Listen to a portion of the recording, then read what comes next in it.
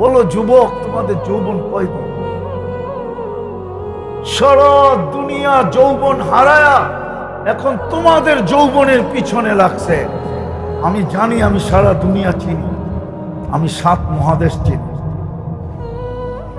আমি দুনিয়ার সমস্ত উন্নত দেশ চিনি, শুধু একটা ছাড়া, নিউজিল্যান্ড যাই না। দুনিয়ার সব উন্নত দেশ আমি 7 মহাদেশ চষা বেড়াইছি। 103টা দেশ তো এমনি হয় নাই, এমনও দেশ আছে আমি 20 বার গেছি, এমনও দেশ আছে। আমি তোমাদেরকে ঘুরে বলতেছি, যৌবন কতদিন? দুনিয়া তো যৌবন থেকে শূন্য হয়ে গেছে, এই জন্যই তো তোমাদের পিছে লাগছে। তোমাদের যৌবনও মাদক দিয়া মাটিতে মিশাইয়া দিতে চাইতেছে, তোমাদের যৌবনও ইন্টারনেট দিয়া মাটিতে মিশাইয়া দিতে চাইতেছে। সারা দুনিয়া যৌবন হারায় ফেলছে। আমার কাছে প্রমাণ আছে, শিক্ষিত লোক থাকলে আমার কথার ইঙ্গিত বুঝবে। যুবকরা যারা ইন্টারনেট ঘাটে ওরা আমার কথার ইঙ্গিত বুঝবে। সারা দুনিয়ায় যদি যৌবন থাকতো তাইলে চায়নার সেক্স ডল মুড়ির মতো বিক্রি হতো।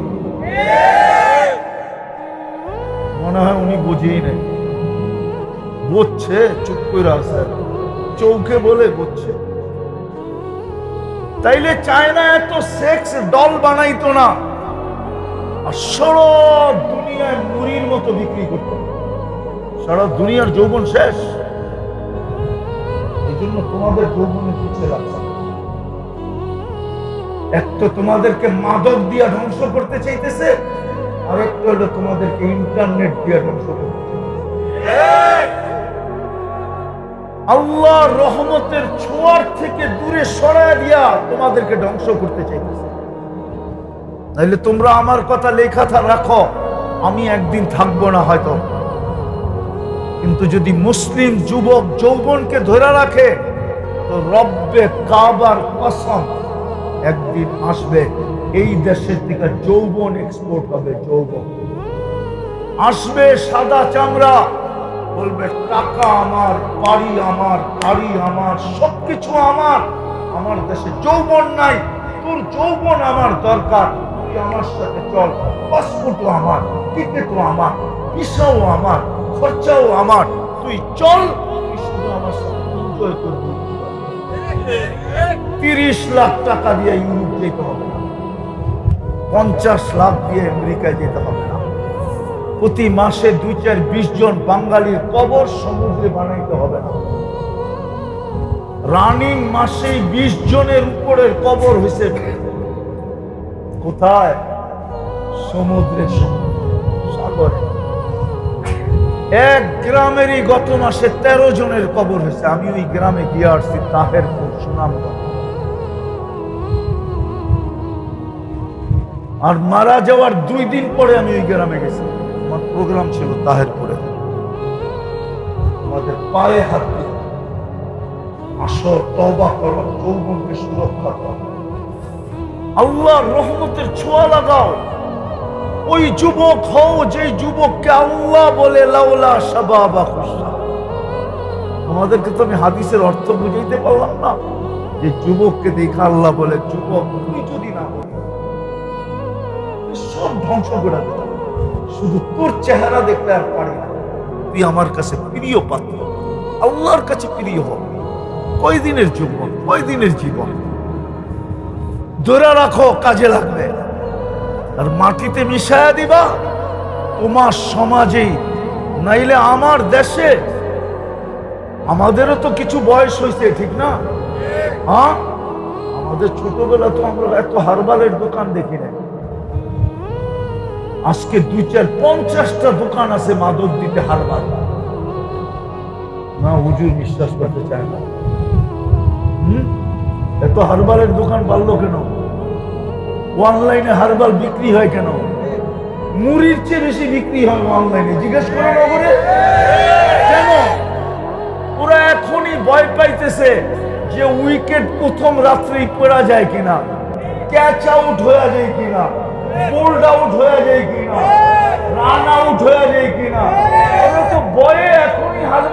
করতেছে? কি রাগ হয়ে গেল? গাড়ি আটকায় দিলে আগে টেলিফোন লাইনে ফোন করে রাখো। আমি তোমাদের গীতা ঠাকুর পায়ে ঘুরে বলছি, আমি দুনিয়া ঘুরে বলতেছি। আমি 2008-এ বেলজিয়াম গেছি। বেলজিয়াম ওই 2008-এ আমার এক সফরে 25 দেশ চলতেছিল। 25 দেশের সফর এক ভ্রমণে।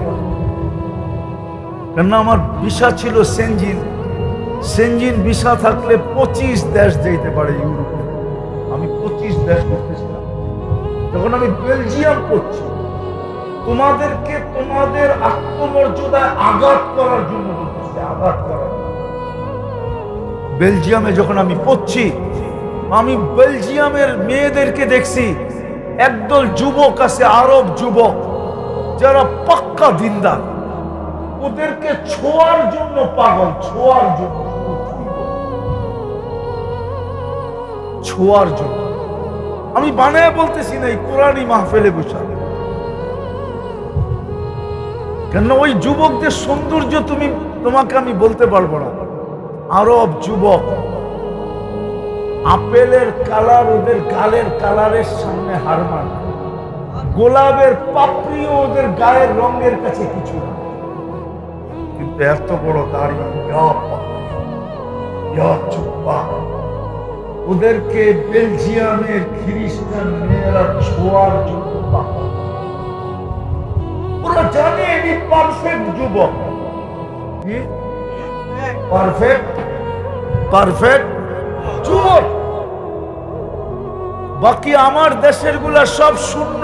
কি কি কি তোমরা শূন্য নাও, আমি এটাই তোমাদের পায়ে দেব।